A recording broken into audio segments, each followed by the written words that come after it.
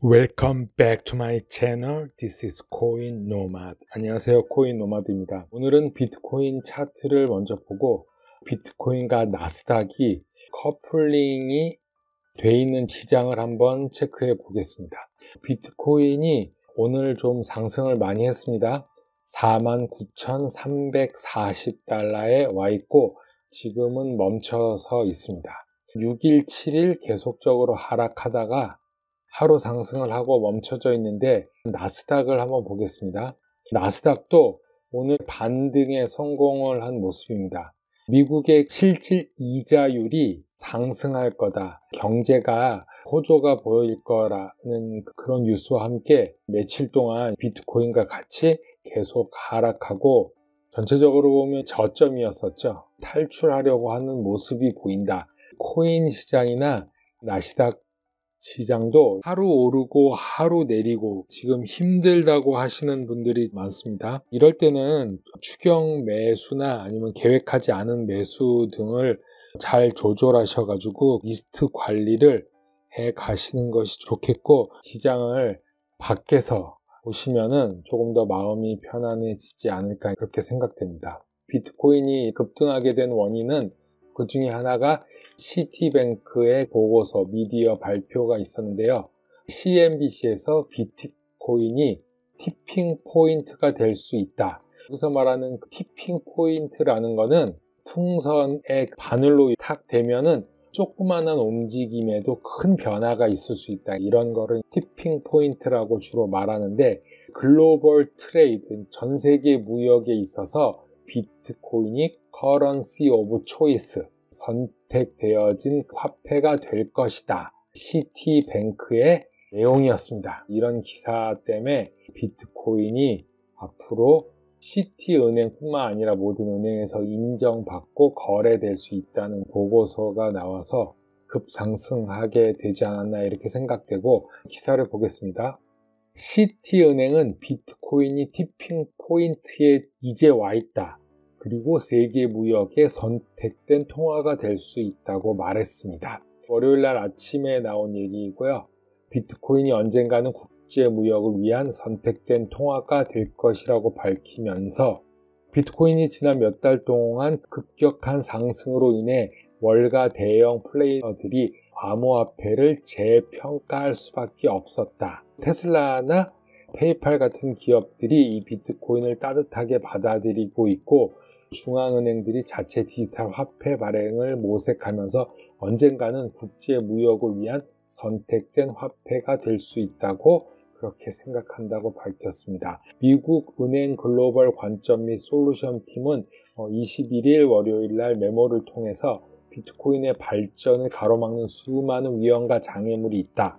그리고 아직은 불확실하지만 단기적으로 보면 주류들의 수용의 티핑 포인트나 투기적 침체로 화폐 잔고가 결정적으로 드러날 가능성이 높으며, 이러한 것들은 비트코인에 대한 금융기관의 변화를 나타낸다고 말했습니다. 많은 은행들이 역사적으로 디지털 자산을 본질적 가치가 없고 과대 광고이며 17세기의 네덜란드 튤립 매니아와 비슷한 주장을 하면서 디지털 자산을 기피해 왔는데, 이러한 비트코인의 급격한 상승으로 인하여 월가 대형 플레이어들이 암호화폐를 다시 재정립해야 한다고 말했습니다.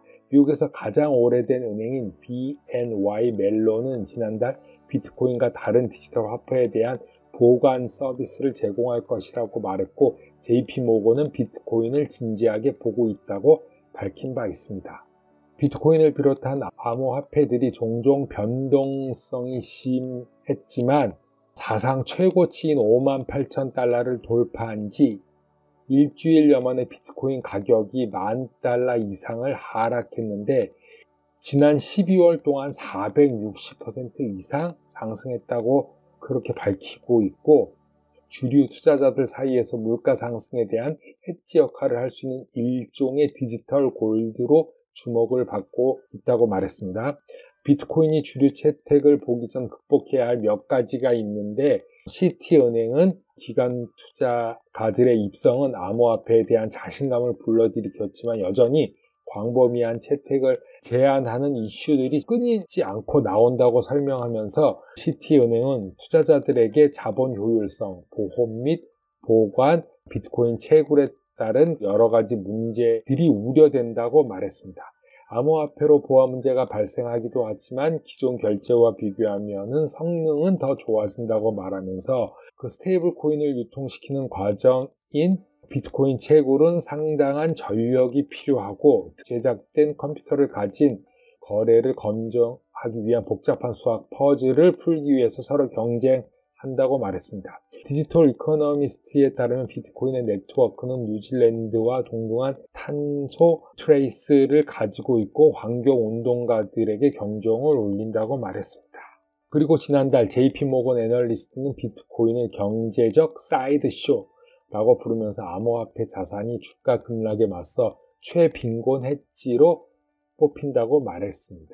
2017년 2만 달러 가까이 갔다가 80% 폭락한 것처럼 그 2017년과는 사이클이 다르다 이렇게 말하고 있습니다. 전반적으로 이 시티은행에서 비트코인을 극찬한 것으로 밝혀지고 있고 여러 은행에서도 곧 비트코인을 트레이드하기 위한 준비를 하고 있다 이렇게 됨으로써 급격히 상승하는 모습을 보였습니다. 유명 트위터들의 트윗들을 보면 1, 2주 정도는 변동성이 있을 것이다. 그리고 이게 끝나면은 비트코인 도미넌스가 하락을 하면서 알트장이 오는데 이 알트장은 지난번 알트장만한 게 오거나 더 큰 게 올 수도 있다 이렇게 생각하는데 일단 3월 중순쯤 저는 그렇게 왔으면 하는 바람이 있습니다.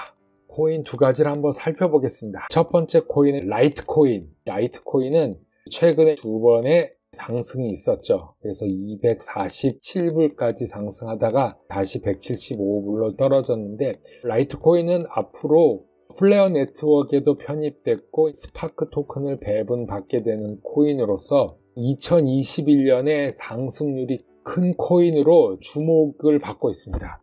마이클 반드폿이 라이트코인에 대해서 또 하나를 올렸습니다. 라이트코인은 올해 10x, 10배도 갈 수 있다. 잠재적으로 상승 가능성이 높은 코인이다.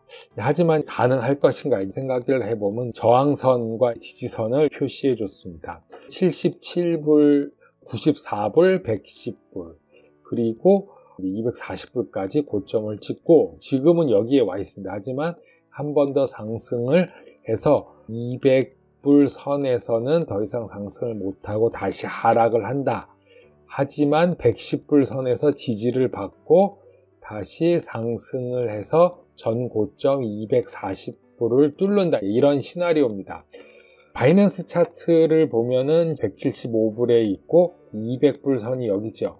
4시간 차트로 보겠습니다. 4시간 차트로 보면은 200불 선이 여기이기 때문에 저항선을 뚫지는 못하고 다시 하락할 것이다. 하락을 해서 어디까지 가느냐? 110불. 여기에 지지를 받고 다시 튕겨서 전고점 240불을 뚫고 올라갈 것이다. 3월 중 4월 달까지 이 라이트코인의 앞으로 시나리오입니다. 스냅샷 찍은 거에 대한 스파크 토큰 분배도 플레어 네트워크에서 추후 공지할 예정으로서 5월 달 중으로 예상을 하고 있습니다. 다음은 RSR, 리저브 라이트 토큰에 대해서 한번 알아보겠습니다. 랭킹 94위고요. 가격은 5.7센트 정도 됐는데 지금 이 리저브 RSR 토큰이죠. 이거는 아시는 분은 아시지만 이게 스윙이나 단타로 트레이더들이 주로 쓰는 코인입니다. 리저브 토큰이라고 하는데 이 토큰은 안정적 글로벌 통화가 되는 것을 목표로 탄생한 스테이블 코인이라고 합니다. 그렇다고 이제 딱 스테이블 코인은 아니고 리저브 라이트는 리저브 네트워크에서 RSV의 가치를 안정화하는 역할을 하는 변동성 프로토콜 토큰이라고 하고 개발자들도 구글이나 테슬라 등의 출신들이 많습니다. 리저브사는 개발도상국과 빈공국에 빗대며 하이퍼 인플레이션을 막기 위해 달러의 가치와 연동하는 리저브 스테이블 코인과 그 생태계에서 작용하는 리저브 라이트 코인을 만들어냈는데, 리저브 라이트 코인은 스테이블 코인과 재정 거래를 통해 교환한다, 이런 말이 있습니다. 거래할 수 있는 데는 바이낸스와 후오비 글로벌 OKEX에서 하고, 주로 트레이더들은 바이낸스에서 많이 트레이드를 한다. 리저브 프로토콜 가치 안정화를 위해서 탈중앙화 스테이블 코인이자 글로벌 디지털 지불 플랫폼이다. 그래서 4차 산업에 매우 필요한 통화라고 합니다. 코인 노마드는 오늘은 여기까지 하고 또 내일 뵙겠습니다. 감사합니다.